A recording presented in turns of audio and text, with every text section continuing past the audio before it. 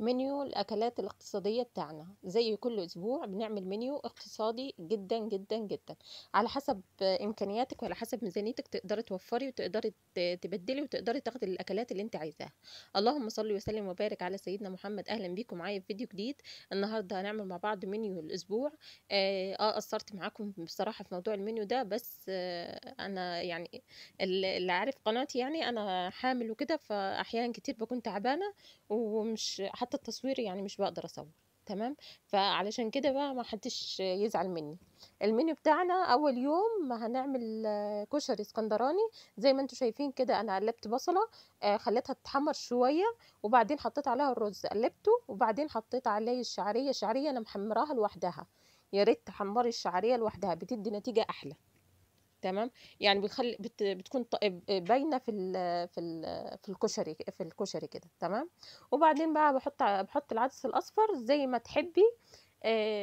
بص، هو يعني حوالي كوبايه ونص من الرز، وكمان كوبايه ونص من الرز، ونص كوبايه من العدس، يعني اقل من الربع كيلو. تمام. وحطيت بطاطسيتين كده قليتهم جنبها، يعني هقولي حوالي نص كيلو بطاطس. تمام. بعدين بقى قلت طبعا انا بعمل كشري اسكندراني ليه انا والولاد. جوزي بقى اعمل له شلوله وصعيدي عشان هو بيحبه يعني وكده.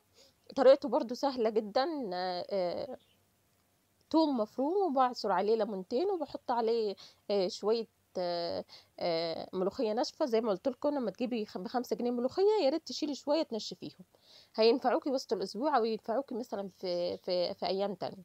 وحبه كمون، وحبه كزبره ناشفه، وحبه شطه، زي ما تحبي يعني. وبعدين هتقلبيهم كده بالراحه، وبعدين هتضيفي عليهم ميه ساقعه. على فكرة، احنا في الشتاء كمان ممكن نحط تلجاية، في الصيف كمان ممكن نحط تلجاية وسط الشلولو عشان تدي سقعة. تمام. بصوا زي ما انتم شايفين المية مشبرة، يعني خليها مشبرة كده ساقعة ساعة. ماشي. وبعدين بقى بحطه في التلاجة لحد ما نطلعها يعني، او نطلعه ونحطه جنبه. في ناس بتقطع جنبيه بصل، ده جوزي طبعا بيقطع جنبيه بصل، بس انا بقول توم وبصل مش هينفع. تمام. فعشان كده اول يوم عملنا كشري اسكندراني، وعملت شلولو، وعملت بطاطس محمره عشان خاطر الولاد. يعني في حاجات الولاد كده، ما اللي هو الشلولو ده مش بيرضوا بيه قوي يعني. بس فانا باكله انا وجوزي، وهم بياكلوا البطاطس بتاعتهم. والملح طبعا على حسب ما انت عايزه، ضيفي الملح براحتك. بس كده يا حبايبي، الكشري الاسكندراني هنا جاهز معايا، وكمان الشلاولة، وكمان البطاطس المحمرة. وده كان غدانا اول يوم في الاسبوع. عايزه تشيلي البطاطس محمره شليها، عايزه تضيفي بيض براحتك، عايزه تضيفي طماطم مخلله، انت يعني انت واختياراتك. دي اكلاتنا يعني. انت واختياراتك بقى، ضيفي اللي انت عايزاه. بس كده يا حبايبي، وده كان الغدا بتاعنا. هندخل بقى على اليوم اللي بعده. اليوم اللي بعده بقى كنت عاملة فيه الستريبس، وصينية البطاطس، صينية المكرونة البشاميل من غير اللحمة. وكنت عاملة كمية الستريبس الحلوة دي. بس بصراحة كان عندي ضيوف وكده. طبعا أنا عاملة الفيديو ده على القناة عندي. اللي ما شافش المكرونة بالبشاميل اللي من غير اللحمة يشوفها. مكرونة اقتصادية جدا وسهلة وبسيطة وما فيهاش أي حاجة. تمام. والستريبس برضو عملته معاكم قبل كده على القناة. اللي ما شافش الفيديو يا ريت يشوفه. سهل وبسيط وموفر جدا، يعني ممكن بصدر فرخة تقدري تعملي بيه الطبق المحترم ده. انت بتروحي تشتريه بكام؟ تروحي تشتريه ب100 وحاجة. لا، دول يعني ب75 جنيه الطبق. صدور الفراخ بتقدري تعملي بيه زي ما انتم شايفين وليمة يعتبر. تمام. فحاولي على قد ما تقدري ان انت توفري في الموضوع ده برضو. دلوقتي بقى هعمل اليوم الثالث هعمل كبدة الفراخ. أنا جبتها معاكم، اللي هو مش فاكرة، جبتها بحوالي 50 جنيه أو 40 جنيه حاجة كده يعني. 400 جرام، مش ما كانوش نص كيلو يعني. بصي، أنا أحب أسلقها الأول وبعدين أستعملها، بعدين أقطعها، وبعدين أحمرها. يعني أنا اديتها نص سلقة في مية وخل، وبعدين صفيت المية منها، وبعدين قطعتها قطع صغيرة، وحطيت عليها بصل كتير. يعني ضيفي كمية بصل حلوة عايزه اقول لك بدل ما تعمليها سندوتشات وتاخد كميه معاكي، لا انت ممكن تعملي جنبها صينيه بطاطس وجنبها رز وتاكلي. ممكن كمان تعملي جنبها محشي، ممكن كمان تعملي جنبها، ممكن تعملي جنبها صينيه مكرونه كبيره.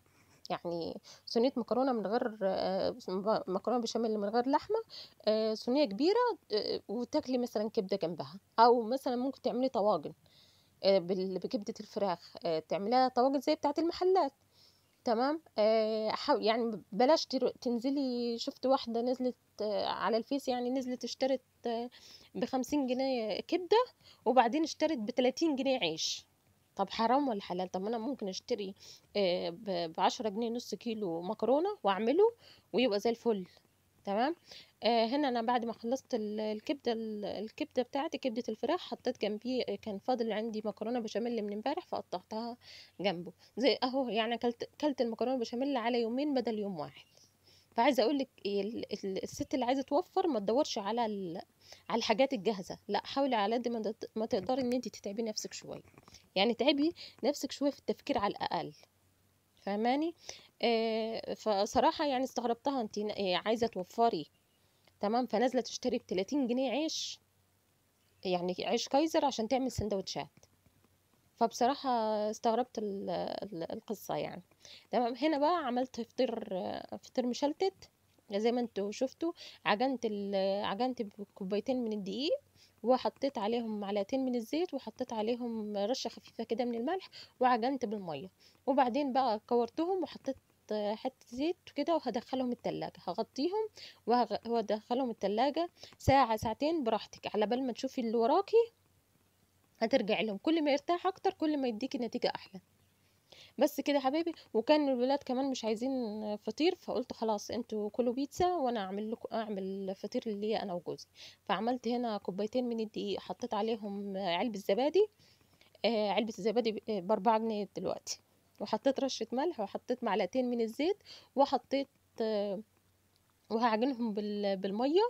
وبعدين زي ما انتوا عارفين انا بحط دقيق فينو على بلدي، واحيانا بلدي بس البيتزا هنا انا حاطه، لا حاطه فينو على بلدي الاتنين. يعني حاطه حوالي كوبايه او كوبايه وشويه من ده، وكوبايه وشويه من ده. تمام. هسيبهم بعدين يخمروا براحتهم، ويكون كمان الفطير بتاعي ارتاح.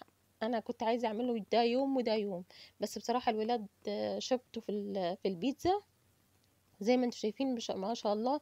العجينه لما ارتاحت ادتني نتيجه حلوه. بصوا اتفرد خالص خالص يعني. تمام. انا كان نفسي اعمل لكم فيديو فيها، بس بصراحه خفت الفيديو يطول اكتر من كده. تمام. فعشان كده ما مرضتش اصور اكتر يعني. المهم، فانا عملت الفطير، وكمان عملت البيتزا اهو.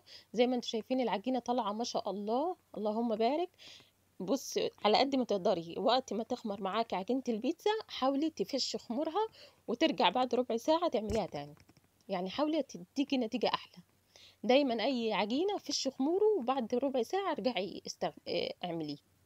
تمام. هنا أنا حطيت كاتشب من اللي جبته ب15 جنيه، وحطيت حتة لحمة مفرومة كانت صغيرة عندي. دايما لما بجيب ربع كيلو لحمة ولا نص كيلو لحمة بشيل منها حتة صغيرة كده على جنب، اللي هو مش بستعمله كله. وزي ما انتم شايفين ادي الفطير وادي البيتزا، وادي كمان العسل، كانت عندي حتة جبنة قديمة حطيتها معاه. اليوم ده كمان عملت فيه الرز وبامية. كان عندي يعني شوية بامية صغيرين كده في الفريزر، طلعتهم وعملتهم، وقطعت بطاطساية وطبخت يعني طبخة كاملة متكاملة من غير أي حاجة. فاهميني؟ يعني من غير لحوم ولا أي حاجة. وهنا كمان تاني يوم عملت بتنجان بالخلطة زي ما وريتكم. الفيديو برضو نزل، بتهيألي الفيديو نزل بتاعه. وحطيت رز أبيض وصينية بطاطس. بس كده حبايبي. وبعدين كمان ده كان اليوم السادس. عملت الأكل ده زي ما وريتكم. وصينية البطاطس عملتها معاكم برضو بحتة لحمة صغيرة من ما فيش يعني. اليوم السابع بقى عملت حلة محشي ما شاء الله، ورق عنب وفلفل أخضر وكمان بتنجان أبيض. وكده يا حبايبي يكون الفيديو خلص خلاص. اشوفكم على خير في فيديو جديد. اتمنى منكم الاشتراك في القناة ولايك للفيديو. سلام عليكم ورحمة الله وبركاته.